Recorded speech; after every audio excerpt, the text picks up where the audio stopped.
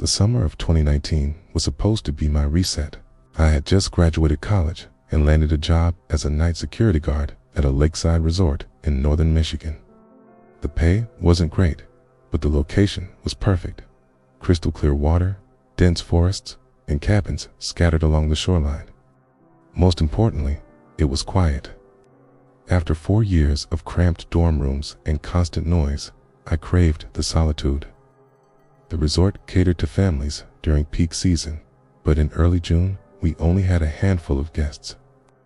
My shift ran from 10 p.m. to 6 a.m., and my duties were simple: patrol the grounds, check the main buildings, and make sure nobody was causing trouble. The owner, Mrs. August, had warned me about occasional break-ins during the off-season, but she seemed more concerned about teenagers sneaking in for midnight swims than any real danger. My first week went smoothly. I'd walk the perimeter with my flashlight, check the boat dock, peek into the recreation center, and spend the rest of my time reading in the security office. The silence was therapeutic after years of city living. Sometimes I'd hear owls calling to each other across the water, or the distant splash of a beaver slapping its tail. But mostly it was just me and the gentle lapping of waves against the shore. On my 8th night, I noticed something different. During my 2 a.m. patrol, I spotted light coming from cabin 7. This struck me as odd because, according to the guest registry, all the lakefront cabins were empty. I approached carefully, thinking maybe someone had let the light on by mistake. As I got closer, I could see movement through the curtains, shadows passing back and forth in front of the windows. I knocked on the door and called out, identifying myself as security. No response. The movement inside stopped completely. I tried the handle and found it unlocked, which violated resort policy. Guests were supposed to keep their cabins secured at all times. I pushed the door open and stepped inside. The cabin was furnished, but looked lived in. There were clothes scattered on the bed, food containers on the counter, and a strong, musty odor that reminded me of wet leaves, but nobody was there. I checked the bedroom, bathroom, and even the small loft area. Empty. I documented the incident in my report and locked the cabin, assuming whoever had been there escaped through the back door when they heard me coming. Mrs. August reviewed my notes the next morning and seemed puzzled.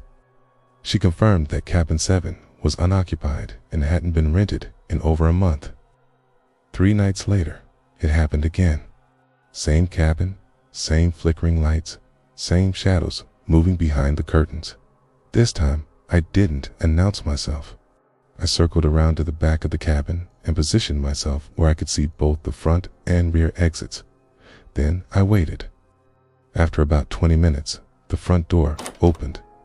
A figure emerged, tall, wearing dark clothes, moving with an odd, shambling gait. Even in the moonlight, something seemed wrong with the way this person walked. Their arms hung too loosely at their sides, and their head tilted at an unnatural angle. I called out from my hiding spot, telling them they were trespassing and needed to leave immediately. The figure stopped and slowly turned toward me. I raised my flashlight and switched it on. I'll never forget what I saw in that beam of light. The person's face was pale and gaunt, with dark circles under their eyes that looked like bruises. Their mouth hung open slightly, and their clothes were soaked despite the dry night. But what disturbed me most was their complete lack of reaction to the bright light. They just stood there, staring at me with those hollow eyes. I approached cautiously, repeating my warnings about trespassing. As I got within 10 feet, I caught that musty smell again, but stronger now. It wasn't just wet leaves. It was the smell of stagnant water and something else I couldn't identify. The figure suddenly lurched forward, not running, but moving in that same unnatural, shambling motion. I stumbled backward and fumbled for my radio to call for backup. When I looked up again, they were gone, completely vanished. I swept the area with my flashlight, but found nothing except wet footprints leading toward the lake. I spent the rest of my shift in the security office, doors locked, trying to make sense of what I'd seen. The next morning, I told Mrs. August about the incident, but I could tell she thought I was either lying or letting the isolation get to me. She agreed to have the local police increase their patrols, but suggested I might want to find a different job if the night shift was affecting my mental state. I considered quitting, but I needed the money, and honestly, part of me wanted to understand what was happening. Started researching the resort's history online. Most of what I found was typical tourism promotion, but buried in some old newspaper archives, I discovered something troubling. In 1987, a guest named David Morse had drowned in a lake during a family vacation. According to the article, he had been drinking heavily and went for a late-night swim, despite warnings about the strong currents near the drop-off. His body was recovered 3 days later, about a quarter mile from shore. The article mentioned that he had been staying in cabin 7 with his wife and 2 children. I kept working, but I changed my patrol routine to avoid the lakefront area between midnight and 4 a.m. For 2 weeks, everything was quiet. Then, on a particularly warm night in late June, I saw lights in 3 different cabins, 7, 9, and 12. All were supposed to be empty. This time, I called the police before investigating. Officer Martinez arrived within 20 minutes, and we approached the first cabin together. Cabin 9 was dark and empty when we checked it, but we found the door unlocked and wet footprints on the floor. Same story with cabin 12. Cabin 7 still had lights on when we reached it. Martinez knocked and identified himself as police. We heard what sounded like furniture being moved around inside, but no one answered. He tried the door, locked this time. We had to use Mrs. August's master key to get inside. The cabin was empty, but it looked like someone had been living there for weeks. The bed was unmade. There were dirty dishes in the sink, and wet clothes hung from every available surface. The smell was overwhelming. That same musty, stagnant water odor mixed with something rotten. Martinez was as confused as I was. Kate took photos and filed a report, but without any evidence of actual crime, there wasn't much he could do. Kay suggested installing security cameras, but Mrs. August was reluctant to spend the money. I lasted 2 more weeks. The final incident happened on a Tuesday night in early July. I was doing my usual patrol when I heard splashing from the lake. Not the gentle lapping of waves, but the sound of someone swimming. I approached the shore and saw ripples spreading across the water in the moonlight. A head broke the surface about 50 yards out, then another, and another. I counted at least 6 people swimming in the lake at 3 a.m. They moved through the water with strong, steady strokes, heading directly toward the shore where I stood. As they got closer, I could see their pale faces and dark, hollow eyes. The same eyes I'd seen outside cabin 7. I backed away from the water's edge, but they kept coming. One by one, they emerged from the lake, water streaming from their clothes and hair. They moved with that same shambling gait, their arms hanging limp at their sides. Their skin had a gray, waterlogged appearance, and they left puddles wherever they stepped. They didn't seem interested in me specifically. They simply walked past me, heading toward the cabins. I watched from a distance as they split up, each one entering a different lakefront unit. Within minutes, lights began appearing in windows all along the shore. I spent the rest of my shift sitting in my car in the parking lot, radio in hand, ready to call for help if needed. But the lights stayed on until just before dawn, then went out one by one. By the time the sun rose, the lakefront was quiet again. I turned in my resignation that morning. Mrs. August wasn't surprised, and she even seemed relieved. She told me I was the 4th security guard to quit in 2 years, and that she was considering closing the lakefront cabins permanently. I never found out what was really happening at that resort. I've thought about it countless times over the years, and I've come up with theories, but no real answers. What I do know is that some places hold on to their past in ways we don't understand. And sometimes, on warm summer nights, that past comes back looking for what it lost. Summer camp was supposed to be the highlight of my year. I was 13, finally old enough for the 2-week wilderness program at Camp Wildwood in the Adirondack Mountains. My parents had been sending my older sister there for years, and she always came back with stories about hiking, canoeing, and campfires under the stars. I couldn't wait to have my own adventures. Camp Wildwood wasn't like the day camps I'd attended before. This was serious outdoor education. We slept in canvas tents, cooked our own meals over open fires, and spent most of our time miles from the nearest road. The counselors were all college-aged, outdoor enthusiasts who treated us like junior explorers rather than kids who needed constant supervision. My tent mate was a kid named Xavier from Albany.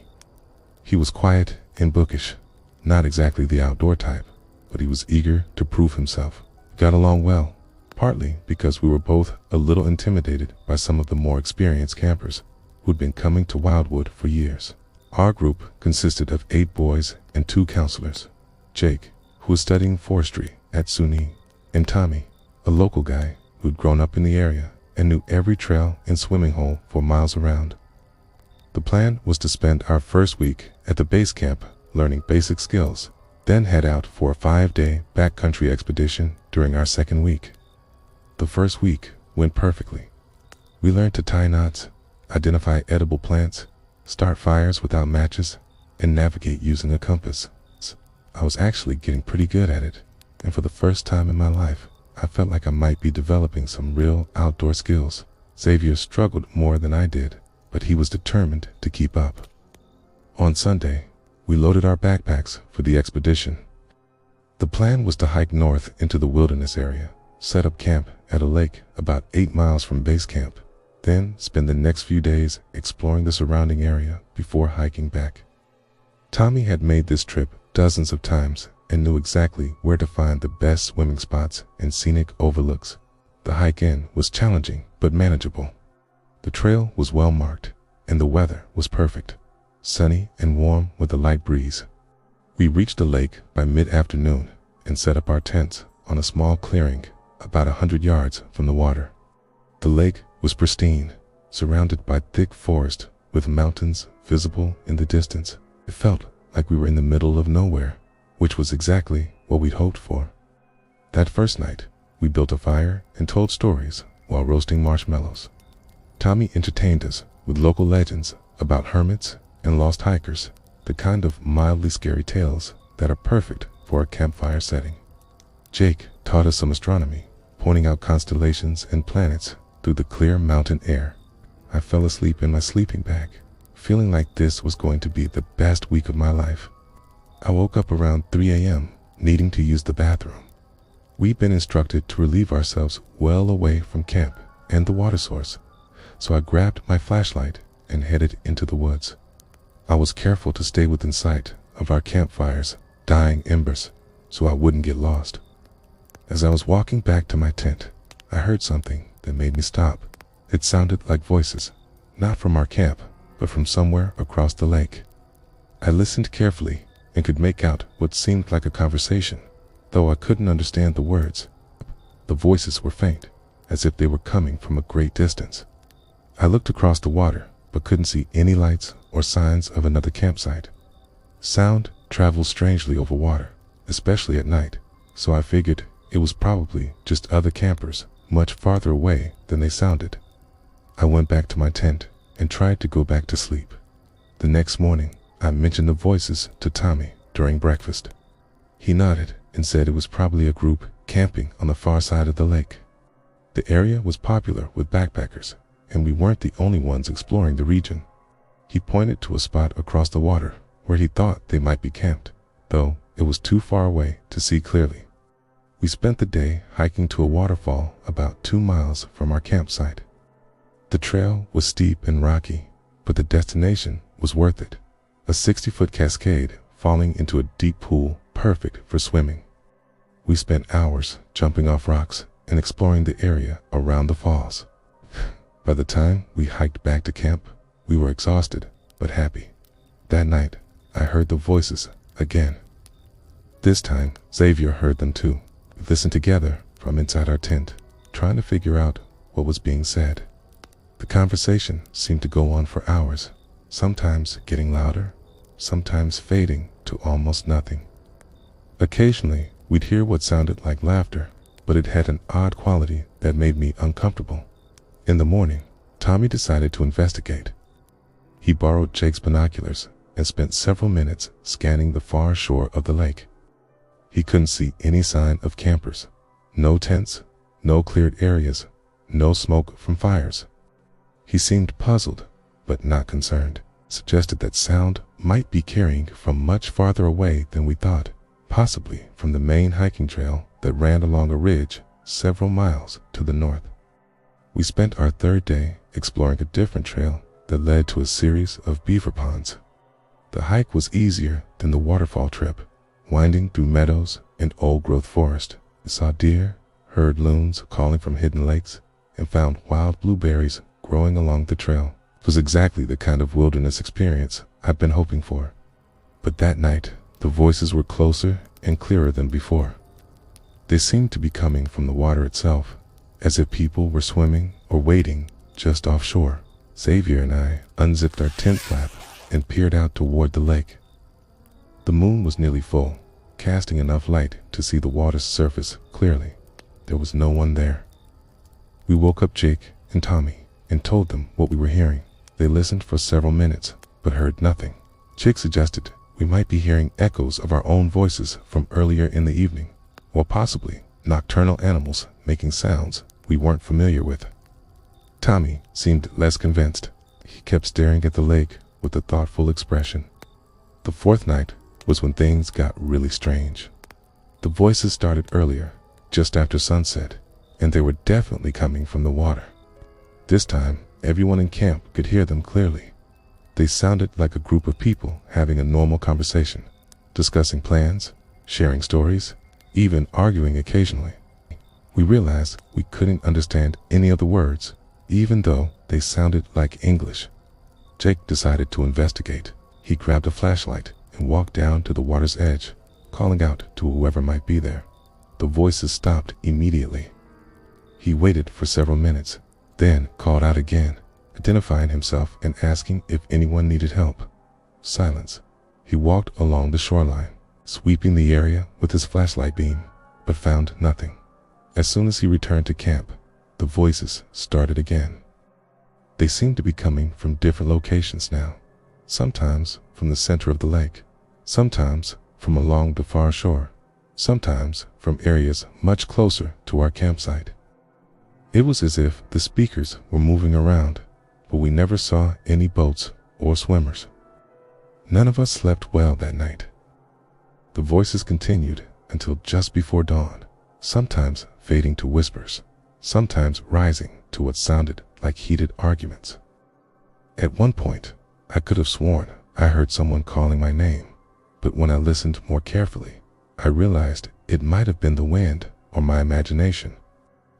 On our final morning at the lake, Tommy made a decision that surprised all of us. Instead of breaking camp and heading back to base camp as planned, he suggested we stay one more day to try to solve the mystery. Jake wasn't enthusiastic about changing the itinerary, but Tommy was the local expert, and the rest of us were curious enough to go along with the plan. We spent the day preparing for what Tommy called a night watch. He divided us into teams and assigned each team a section of shoreline to monitor.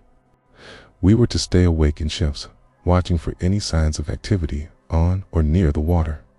He seemed to think we might be dealing with other campers who were playing pranks or conducting some kind of nighttime activities they didn't want to be discovered. As darkness fell, we took our positions. Xavier and I were assigned to watch this section of lake directly in front of our campsite. We had binoculars, flashlights, and a whistle to signal if we saw anything unusual. The plan was to maintain radio contact with the other teams throughout the night. The voices started right on schedule, just after 9 p.m. But tonight, they were different. Instead of the conversational tone we'd heard before, they sounded urgent, almost frantic. People seemed to be calling to each other across the water, their voices echoing off the surrounding mountains. Through the binoculars, I could see ripples spreading across the lake's surface, as if large objects were moving through the water. But in the moonlight, the lake appeared empty. I radioed our observations to the other teams and learned they were seeing similar disturbances in their sections. Around midnight, something changed. The voices stopped abruptly, and the lake became perfectly still. The silence was so complete, it was almost oppressive. Then, starting from the far shore and moving toward us, we began to see lights under the water. Not reflections or flashlights, but a soft, greenish glow that seemed to be coming from deep beneath the surface. The lights moved in patterns, sometimes forming rough lines, sometimes clustering together, sometimes spreading out across the entire lake. As they got closer to our shore, we could see that each light seemed to be associated with a darker shape moving through the water. The shapes were roughly human-sized, but they moved with a fluid, swimming motion that looked effortless and graceful. I called Jake on the radio and tried to describe what we were seeing, but even as I spoke, I realized how impossible it sounded. It's glowing figures swimming underwater in a mountain lake in the middle of the night. It was like something from a science fiction movie, but Jake could see them too. His voice came over the radio, tense and confused. He was seeing the same lights, the same underwater shapes, from his position farther down the shore. Tommy's voice broke in, saying we should pack up immediately and head back to base camp, even though it was the middle of the night. As we started breaking down our camp, the lights began to fade. The underwater shapes slowed their movement and gradually disappeared into the depths. Within an hour, the lake was dark and quiet again, as if nothing had happened. We hiked out by moonlight, our flashlights creating a small bubble of visibility as we followed the familiar trail back toward civilization. Nobody talked much during the 8-mile hike. We were all trying to process what we'd experienced, and none of us had any explanations that made sense. Back at base camp, Tommy spent a long time on the phone with the camp director. I couldn't hear the conversation, but I got the impression that our experience wasn't entirely unique. The director seemed to know something about unusual activity at that particular lake, though he never shared the details with us campers. We spent our last day at Camp Wildwood doing normal activities, swimming in the camp's small lake, playing games, and preparing for our return home. Nobody talked about what had happened during our expedition. It was as if we'd all agreed to pretend it hadn't occurred. I never went back to Camp Wildwood, though not because I was scared.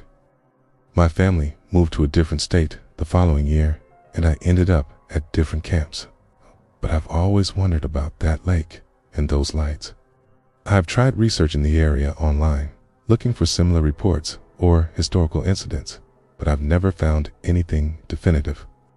Sometimes I think we witnessed something natural that we simply didn't understand, maybe some kind of phosphorescent algae or unusual water conditions that created optical illusions. But other times, especially on quiet summer nights, I remembered those voices calling across the water and those glowing shapes moving beneath the surface, and I'm not sure science has an explanation for everything we encountered in those mountains. Working as a lifeguard at Sunset Beach seemed like the perfect summer job. The pay was decent. I got to spend my days in the sun, and the beach attracted a steady stream of families and young people looking to cool off during the hot Pennsylvania summers. The lake was man-made, created in the 1960s, when they dammed a river to form a recreational area. It wasn't huge, but it had a nice sandy beach, clear water, and enough depth for swimming and diving. I'd been working there for 3 weeks when I met Selena. She was probably in her early 20s, with long dark hair and pale skin that suggested she didn't spend much time in the sun. What struck me most about her was how she always arrived alone and left alone, never interacting with other beachgoers. She'd find a spot away from the crowds, lay out a towel, and spend hours just sitting by the water's edge. At first, I thought she might be shy or new to the area. Sunset Beach attracted mostly local families, and newcomers sometimes took a while to feel comfortable. But as the days passed, I noticed something unusual about Selena's behavior. She never actually went swimming. She'd sit at the water's edge, sometimes wading in up to her ankles, but I never saw her fully enter the lake. This was strange, because the whole point of coming to a beach is usually to swim, especially during the heat waves we were experiencing that July.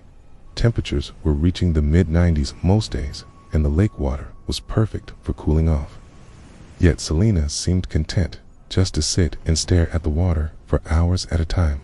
I started paying closer attention to her visits. She came every Tuesday and Friday, always arriving around 2 p.m. and staying until just before sunset. She drove an older model sedan and parked in the same spot at the far end of the lot.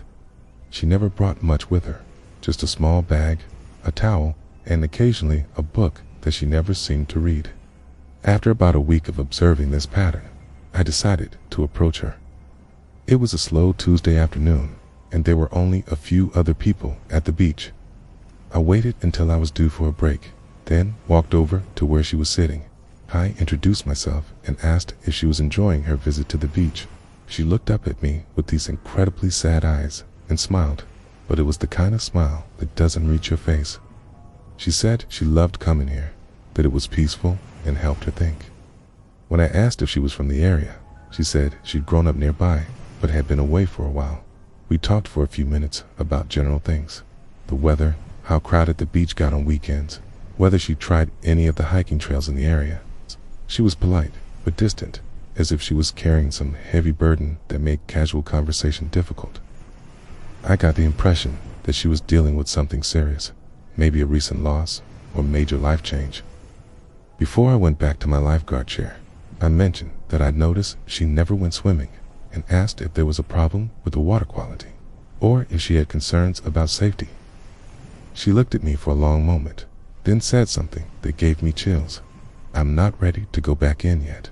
The way she said it suggested she had some history with water, maybe a traumatic experience that made swimming difficult. I've seen that before. People who love being near water but can't bring themselves to actually enter it due to past incidents. I told her I understood and that she was welcome to enjoy the beach, however she felt comfortable. Over the next few weeks, Selena and I developed a friendly routine. I'd chat with her briefly during my breaks, and she seemed to appreciate having someone to talk to. She gradually opened up a bit more, mentioning that she'd grown up in a house not far from the lake and had spent a lot of time at the beach as a child. She talked about swimming competitions in high school and summer jobs that involved water activities. This made her current reluctance to swim even more puzzling. She clearly had a strong connection to water and had been comfortable in it for most of her life. Something had changed, but she never explained what. In early August, I started noticing changes in Selena's behavior. She began arriving earlier and staying later, sometimes not leaving until well after sunset when the beach was officially closed. I'd have to remind her that the area wasn't supervised after hours and that swimming alone after dark was dangerous. She'd always apologize and gather her things, but I could tell she was reluctant to leave. She also started wading deeper into the water. Instead of just getting her feet wet, she'd walk out until the water reached her knees, then her waist. She'd stand there for long periods, perfectly still, staring out at the center of the lake. Other beachgoers occasionally asked me if she was okay, thinking she might be in distress.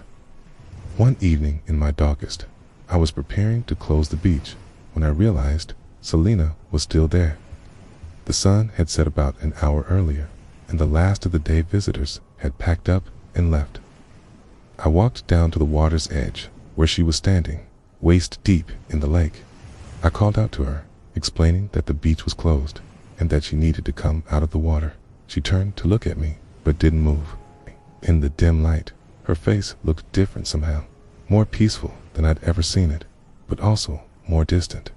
She said she was finally ready to go swimming. After all these weeks of just waiting, She wanted to swim out to the middle of the lake. I explained that I couldn't allow that. The beach was closed. There was no supervision, and swimming alone in the dark was extremely dangerous. She smiled, that same sad smile, and said she understood, but she asked if I could stay just a few more minutes while she enjoyed the water. I agreed, partly because I was concerned about her state of mind, and partly because something about the situation felt wrong. She seemed too calm, too determined, in a way that reminded me of people who'd made significant decisions about their lives. As I watched, she began to wade deeper into the lake. The water reached her chest, then her shoulders. I called out, reminding her that she'd said she wasn't ready to swim. She paused and looked back at me. "I wasn't ready before," she said, "but I am now. I remember how much I loved it here."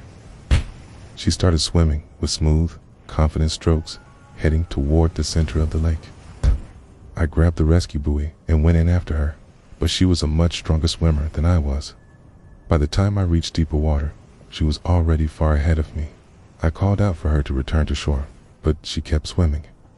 In the moonlight, I could see her moving steadily away from the beach. Then, about 100 yards from shore, she stopped. She treaded water for a moment, turned to wave at me, and then dove under the surface. I waited for her to come back up, but she didn't. I swam to the spot where I'd seen her dive and searched the area, but the water was too dark to see anything beneath the surface. I swam back to shore as quickly as I could and called 911. The rescue team arrived within 20 minutes. They brought boats, dive equipment, and powerful searchlights. They searched the entire lake through the night and into the next day. They found nothing. No body, no signs of distress, no evidence that anyone had drowned. The police interviewed me extensively. They wanted to know everything about Selena, her full name, where she lived, what kind of car she drove, how long I'd known her. The problem was, I realized I knew almost nothing about her. I'd never learned her last name, never seen her identification, never gotten her phone number or address. I could describe her car, but I'd never noticed the license plate. They checked the parking lot and found no abandoned vehicles. They reviewed the beach's visitor logs, but Selena had never signed in. It wasn't required, just encouraged. They searched missing person reports for the area, but found no one matching her description. As the investigation continued, I began to doubt my own memory. Had I really seen her dive under the water, or had she simply swum farther than I could see in the darkness? Had she made it to shore somewhere else around the lake and walked home? The more I thought about it, the less certain I became about exactly what had happened. The beach reopened after 3 days, but I couldn't stop thinking about Selena. I found myself scanning the water constantly, looking for any sign of her. I asked other staff members if they remembered seeing her, but none of them had paid much attention to a quiet woman who came to the beach alone. 2 weeks later, I was approached by an elderly man who'd been walking his dog along the beach. He asked if I was the lifeguard who'd reported the missing swimmer. When I confirmed that I was, he told me something that made my blood run cold. He said his daughter had drowned in that lake 23 years ago. She'd been a competitive swimmer in high school, had worked as a lifeguard at a different beach, and had loved the water more than anything else in her life. Her name was Selena, and she'd grown up in a house about 2 miles from the lake. According to him, Selena had been struggling with depression during her first year of college.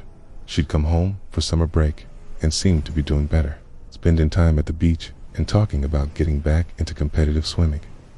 One evening in August, she'd gone swimming alone after the beach had closed. Her body was found 3 days later. He showed me a photograph from his wallet, a graduation picture of a young woman with long dark hair and pale skin. It was unmistakably the same person I'd been talking to all summer. I tried to explain what I'd experienced, but even as I spoke, I realized how impossible it sounded. The man listened patiently, then told me that other people had reported seeing Selena over the years, always alone, always sitting by the water's edge. always disappearing before anyone could talk to her for very long. He said he'd stopped coming to the beach because it was too painful, but he'd heard the stories. His daughter had loved that place so much in life that people believed she couldn't leave it behind, even in death. I finished out the summer working at Sunset Beach, but I never saw Selena again. Part of me wants to believe there's a rational explanation, that I somehow confused different people, or that the grief-stricken father's story influenced my memories of events. But I can't shake the feeling that I spent those summer weeks talking to someone who'd been trying to find her way back to something she'd lost long ago. Whether it was real or not, the experience taught me something about the power of places we love. Some connections run so deep that they transcend the boundaries we think separate life from death, past from present. And sometimes, on warm summer evenings, when the light fades slowly across the water, those connections manifest in ways that remind us there is still mystery in the world.